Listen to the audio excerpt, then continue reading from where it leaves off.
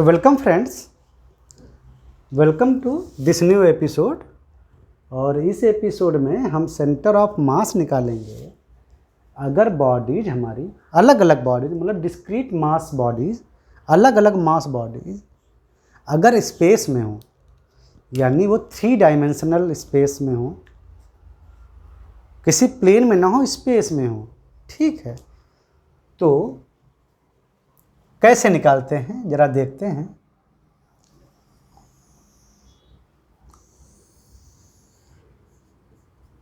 Space को हम जानते हैं कि एक्स वाई जेड एक्सिस से रिप्रेजेंट करते हैं।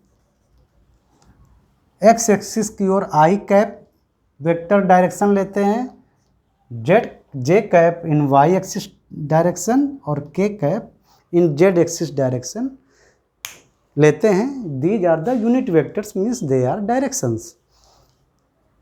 एक्स एक्सिस अगर आप इधर ले रहे हैं, वाई एक्सिस इधर ले रहे हैं और जेड इधर ले रहे हैं, और इसको अगर आप एक ओरिजिन दे रहे हैं तो ओरिजिन का कोऑर्डिनेट होता है 0, 0, 0, ठीक है। इसके अपोजिट में minus x axis means minus i cap direction, y axis के अपोजिट में minus y direction minus means minus j cap unit vector means direction, और इस ओर जेड एक्सिस की ओर अगर के कैप यूनिट वेक्टर या डायरेक्शन है तो उसके अपोजिट में माइनस जेड डायरेक्शन होती है, जिसको माइनस के कैप यूनिट वेक्टर से रिप्रेजेंट करते हैं। तो इस तरह से स्पेस का डिटर्मिनेशन होता है। ये सब हम आपको वेक्टर अलजेब्रा में अच्छे से समझा चुके हैं। और इसी स्पेस में किसी पॉइंट का कोऑर्डिनेट कैसे दिया जाता है, एक्स वाई और जेड के फॉर्म में। ये यहाँ पर न्यूमेरिकल वैल्यू होती हैं, जैसे 4, 3, 2 इस तरह दिया जाता है। ये बताता है एक्स एक्सिस के अलॉन्ग डिस्प्लेसमेंट, ये वाई एक्सिस के अलॉन्ग डिस्प्लेसमेंट, ये जेड एक्सिस के अलॉन्ग डिस्प्लेसमेंट। माइनस लग गया तो means minus x axis, minus Y axis minus Z axis की ओर। तो किसी पॉइंट को X comma Y comma Z इस तरह से रिप्रेजेंट करते हैं, ठीक है। तो अब आते हैं हम अपने मेन टॉपिक पर। देखो, एक बॉडी ये है M1, दूसरी बॉडी मान लो ये है M2, तीसरी बॉडी मान लो ये है M3। ये 3 बॉडीज हैं जिनके मास M1, M2, M3 हैं और तीनों स्पेस में हैं, प्लेन में नहीं है, अब स्पेस में हैं। जैसे इस सरफेस से कुछ हाइट पर, यानी प्लेन चाहिए उसको डिफाइन करने के लिए, और साथ में एक हाइट भी चाहिए, मतलब 3 चीज़ें चाहिए डिफाइन करने के लिए। तो इसीलिए बोलते हैं कि these are 3 dimension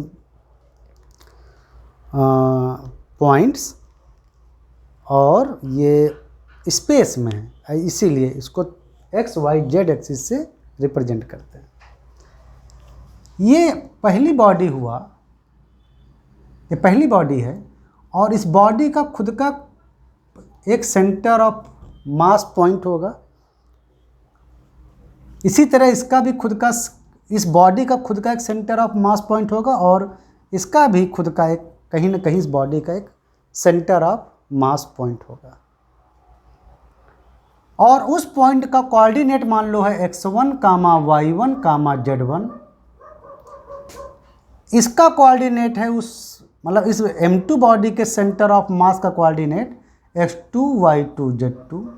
similarly M3 body का जो सेंटर ऑफ मास है उसका कोऑर्डिनेट है x3, y3 and z3। Okay. अगर हम इस ओरिजिन से यानी 0, 0, 0 से इसको ऑब्जर्व करें, तो ये पहले बॉडी को इस अगर ओरिजिन से मिला हो तो ये है पहली बॉडी के सेंटर ऑफ मास का पोजीशन वेक्टर, इसको r1 लिख सकते हो। वेयर r1 इज, यानी पहली बॉडी के सेंटर ऑफ मास का position vector with respect to origin. हम अभी यहाँ से ऑब्जर्व कर रहे हैं, यहाँ से हम कैलकुलेट या ऑब्जर्वेशन ले रहे हैं, और यही से हम सेंटर ऑफ मास, इन तीनों बॉडीज का सेंटर ऑफ मास कहीं पर अगर है तो हम उसको यहीं से डिटरमाइन कर रहे हैं। समझ में आया?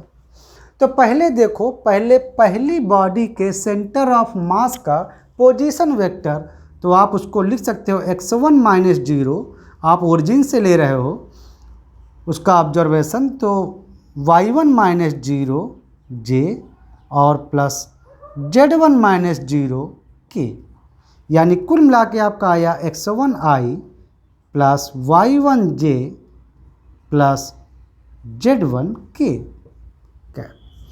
ये है पहली बॉडी m1 के सेंटर ऑफ मास का पोजीशन वेक्टर, या सिंपली यू में से पोजीशन।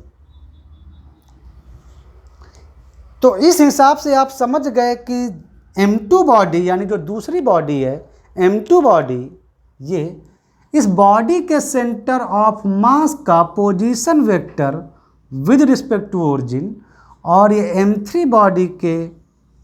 m3 बॉडी का जो सेंटर ऑफ मास है उसका भी ओरिजिन से पोजीशन वेक्टर, अगर r2 और r3 अगर आप लिखो तो r2 आप लिखेंगे x2i plus y2j cap plus z2k cap.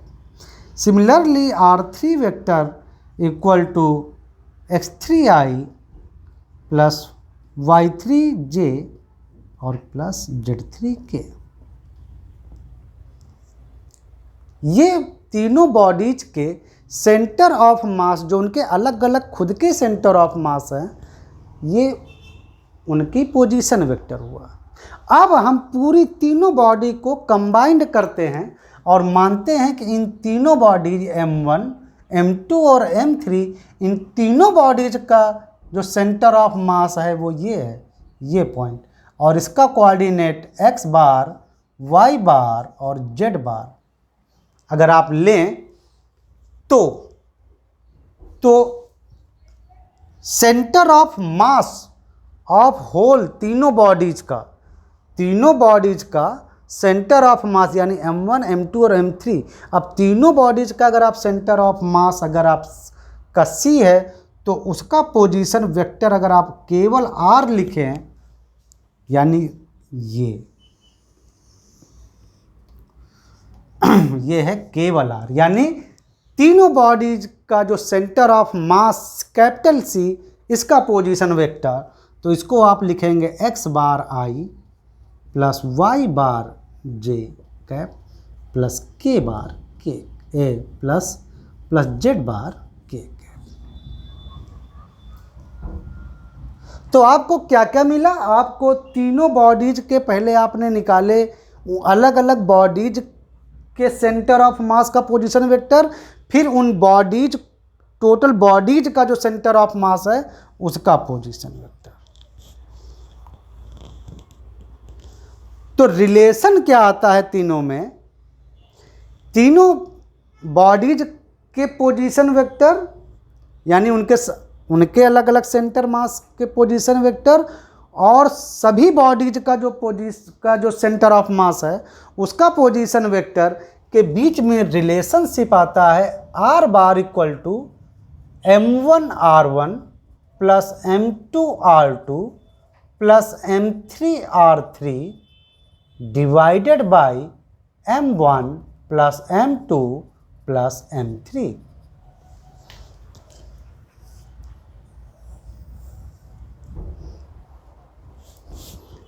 ये होता है रिलेशन।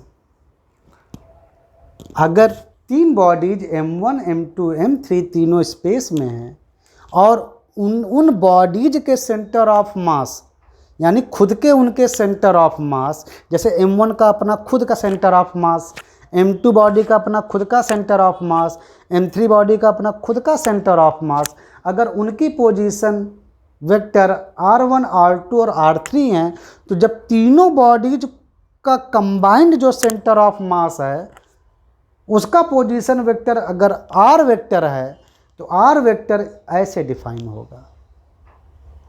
यहाँ पर अगर आप R1 की जगह पर ये वैल्यू रखें, R1 वेक्टर की जगह पर, भाई क्योंकि आपको तीनों पॉइंट के कोऑर्डिनेट पता है तो तीनों के पोजीशन वेक्टर पता है, तो अगर आप R1 की जगह पर ये, R2 की जगह पर ये और R3 की जगह पर ये चीज़ें रखें ये सब, तो आपका आंसर कुछ ऐसा आएगा। रिजल्ट मैं दिखाता हूँ।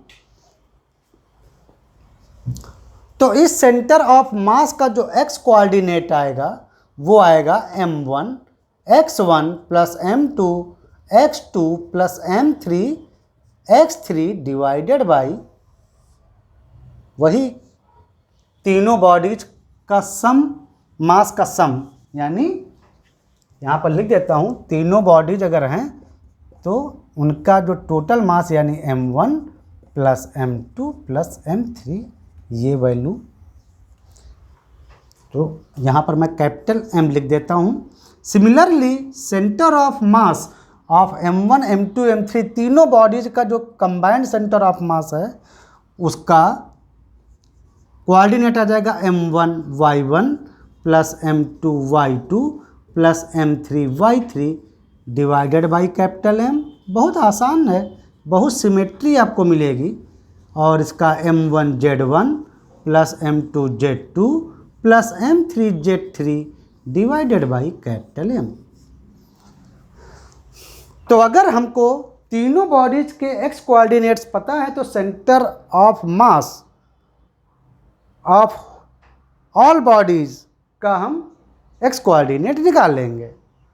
सिमिलरली अगर हमको तीनों बॉडीज के सेंटर ऑफ मास, उनके अलग अलग जो सेंटर ऑफ मास हैं उनके अगर y कोऑर्डिनेट पता है तो उन तीनों बॉडीज का जो सेंटर ऑफ मास होगा उसका y कोऑर्डिनेट और सिमिलरली z कोऑर्डिनेट आप निकाल लेंगे, या आप इस वेक्टर टर्म में याद रखें। तो बहुत आसान है, ठीक है। ये R1, R2, R3 क्या हैं? ये पोजीशन वेक्टर हैं। अलग अलग बॉडी जो हैं ये m1, m2, m3 उनके खुद के सेंटर ऑफ मास के, मतलब उनका खुद का सेंटर ऑफ मास, मतलब इसी बॉडी का जो सेंटर ऑफ मास है, जैसे इसका नाम दे दो C1। सिमिलरली दूसरी बॉडी का खुद का सेंटर ऑफ मास वो है C2 और ये इसका नाम दे दो C3। और ये टोटल ये C क्या है? ये सेंटर ऑफ मास है। m1, m2 और m3 अगर तीनों बॉडीज का मास एक साथ कंसिडर किया जाए, यानी अगर तीनों बॉडीज को आप एक साथ कंसिडर करो तब ये है इन तीनों बॉडीज के जो मास हैं उनका सेंटर ऑफ मास, ये अपनी इंडिविजुअल बॉडी का सेंटर ऑफ मास। तो ये है सेंटर ऑफ मास कैसे निकाला जाता है अगर हमारी बॉडी स्पेस में हो। अभी हमने ऑब्जर्वेशन लिया था ओरिजिन से। मान लो आप ओरिजिन पर ना हो, किसी और पॉइंट पे हो जिसके कोऑर्डिनेट कुछ अलग हो, 0 0 ना हो, कुछ और हो, तो कोई दिक्कत नहीं है। यहाँ x-0 की जगह पर जिस पॉइंट से हम ऑब्जर्वेशन ले रहे हैं उसके कोऑर्डिनेट रख देंगे। मान लो हम जहाँ से ऑब्जर्वेशन ले रहे हैं उसका कोऑर्डिनेट है x dash y dash z dash. मान लो हम ओरिजिन 0, 0 पे नहीं है, किसी और पॉइंट से ऑब्जर्वेशन ले रहे हैं, तो x डैश y डैश और z डैश अगर उस पॉइंट के कोऑर्डिनेट हैं तो R1 वेक्टर यानी पहली बॉडी का जो सेंटर ऑफ मास का जो कोऑर्डिनेट है ना उसके अनुसार अगर आप उसका पोजीशन वेक्टर निकालो तो x1 माइनस x डैश आ जाएगा, 0 नहीं आएगा। सिमिलरली यहाँ पर R2 बार की जगह पर x2 minus x dash, R3 vector जब निकालेंगे तो यहाँ x3 की जगह पर x3 minus x dash. Similarly y जो लिखे हैं y1 minus y dash, y2 minus y dash, y3 minus y dash. ये सब आप अच्छे तरीके से जानते हो। और सिमिलरली जो हमारा सेंटर ऑफ मास ऑफ जो है ना तीनों बॉडीज़ का, उसका कोऑर्डिनेट अगर आपने x बार, y बार और z बार लिया है तो उसका पोजीशन वेक्टर आ जाएगा x बार माइनस एक्स डैश, y बार माइनस वाई डैश, z बार माइनस जेड डैश, उससे निकालेंगे। और अगर आपको 0,0,0 पॉइंट मिल जाता है तो सीधा रख दो, कुछ दिक्कत नहीं है, बहुत आसान है। चलो अब हम लोग सीखेंगे कुछ नया। अभी तक तो हमने ये सीखा कि सब मास हमारे अलग अलग पॉइंट पे रखे थे। अब हम कॉन्टिन्यूअस बॉडी पे आते हैं, यानी मास हमारा जब फैला होता है पूरा, जैसे एक प्लेट जिसमें हम लोग खाना खाते हैं, उसमें मास देखिए बहुत से एरिया में फैला है, उसमें असंख्य मतलब बहुत ज़्यादा उसके आप मास पार्टिकल समझ सकते हो, वो कि बहुत से मास पार्टिकल से मिलके वो पूरी प्लेट बनी है। तो वो एक अलग बॉडी मतलब पॉइंट नहीं है, वो एक कॉन्टिन्यूअस मास। तो अगर ऐसा कुछ हो कि किसी कॉन्टिन्यूअस मास वाली किसी बॉडी का आपको अलग से सेंटर ऑफ मास निकालना हो तो आप कैसे निकालोगे, ये हम नेक्स्ट एपिसोड में सीखते हैं। तो अभी तक तो हम केवल डिस्क्रीट मास बॉडीज का सेंटर ऑफ मास या सेंटर ऑफ ग्रेविटी निकाल रहे थे। सेंटर ऑफ मास और सेंटर ऑफ ग्रेविटी में फ़र्क क्या होता है कि सेंटर ऑफ मास हमेशा मौजूद रहता है, सेंटर ऑफ ग्रेविटी तब बोलते हैं जब वहाँ ग्रेविटेशन फोर्स काम कर रहा हो और वो ग्रेविटेशन फोर्स सेंटर ऑफ मास पर काम कर रहा हो, तो उसको बोलते हैं centre of gravity. Otherwise gravity अगर मौजूद नहीं है तो centre of mass he main हमारा पॉइंट होता है। इसीलिए सेंटर ऑफ मास यूनिवर्सल है, सेंटर ऑफ ग्रेविटी कंडीशनल है। समझ में आया? चलो मिलते हैं नेक्स्ट एपिसोड।